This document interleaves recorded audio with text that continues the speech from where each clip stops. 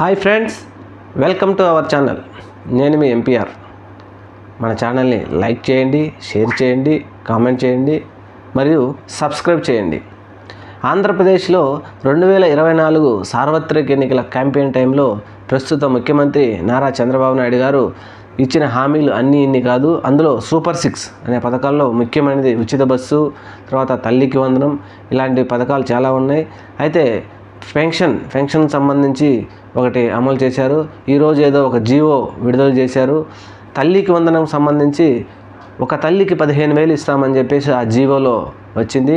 అయితే తల్లికి వందనం గురించి ఇంతకుముందు ఎలక్షన్ క్యాంపెయిన్లో నారా చంద్రబాబు నాయుడు గారు, మీ ఇంటిలో తమ్ముళ్ళు ఎంతమంది ఉంటే అంతమంది పిల్లలు, మీకు ఓపిక ఉంటే ఇంకా పిల్లల్ని కనండి తమ్ముళ్ళు, వాళ్ళ బాధ్యత నాది, నేను చూస్తానని చెప్పేసి విస్తృతంగా ఆంధ్రప్రదేశ్ మొత్తం ఆయన చెప్పారు. మరి తర్వాత ఆ కూటమిలో అయినటువంటి జనసేన అధినేత పవన్ కళ్యాణ్ గారు కూడా, మీ ఇంటిలో ఎంతమంది పిల్లలు ఉంటే అంతమందికి తల్లికి వందనం మేము సహాయం చేస్తాం ప్రభుత్వం తరపున, మేము మీ పిల్లల భవిష్యత్తు మాది అన్నట్టుగా చెప్పారు.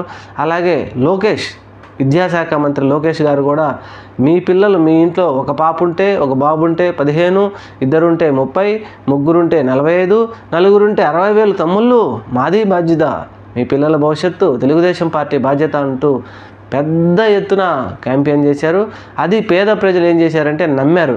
అయ్యో, జగన్మోహన్ రెడ్డి గారు మనకు 15,000 ఇస్తున్నారు, మన తెలుగుదేశం పార్టీ వస్తే మనకి 2 పిల్లలు ఉంటే 30,000 వస్తాయి, 4 పిల్లలు ఉంటే 60,000 వస్తాయని వాళ్ళు ఆశపడే ఓట్లు వేశారు. తెలుగుదేశం పార్టీకి ప్రభుత్వం ఏర్పాటు చేసింది. అయితే దానితో పాటుగా నిమ్మల రామానాయుడు గారు ప్రస్తుతం మంత్రిగా ఉన్నారు. ఆయన ఎవరో మీకే తెలిసే ఉంటుంది. ఆయన క్యాంపెయిన్లో ఒక వీడియో మామూలు సంచలనం సృష్టించాల.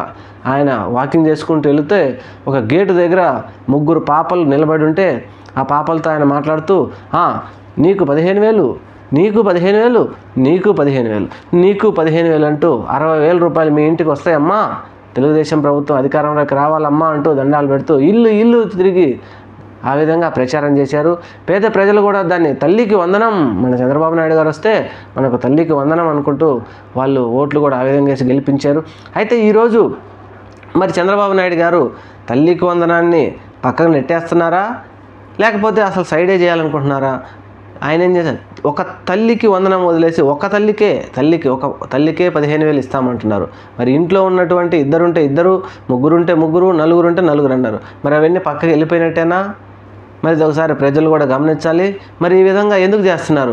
అదేమంటే ఖజానా ఖాళీ అంటున్నారు. మరి ఖజానా ఖాళీ అనేది ముందు తెలుసు కదా, అది తెలిసే కదా జగన్మోహన్ రెడ్డి గారు ఒక్కరికైతేనే ఇవ్వగలమని చెప్పింది. మరి ఎలక్షన్కి ముందేమో మీరు భారీగా హామీ ఇచ్చేసి అందరూ కూటమిలో సభ్యులు, కూటమి సంకీర్ణ ప్రభుత్వంలో బీజేపీ, తెలుగుదేశం, జనసేన అందరూ చెప్పి ఈరోజు అమలులోకి వచ్చేటప్పటికి ఒక్కటి కూడా పట్టించుకోరు. సూపర్ 6 అనేది అసలు ఇప్పటికీ పట్టించుకోనే లేదు. సూపర్ 6 పథకాలు పట్టించుకోవట్లేదు. ఈరోజు ఏదో ఒక విద్యాశాఖ ఒక జీవో విడుదల చేసింది. ఆ జీవోలో కూడా ఒక తల్లికి 15,000 అని చెప్పారు. అది మరి ఎంతవరకు చేస్తారో. కానీ చంద్రబాబు నాయుడు గారు హామీ ఇచ్చినట్టుగా ఎంతమంది పిల్లలు ఉంటే అంతమందికి పేదవారికి సహాయం చేయాలని మనం కూడా కోరుకుందాం. సహాయం చేస్తారని కూడా అనుకుందాం. Thank you. మన ఛానల్ని సబ్స్క్రైబ్ చేయండి.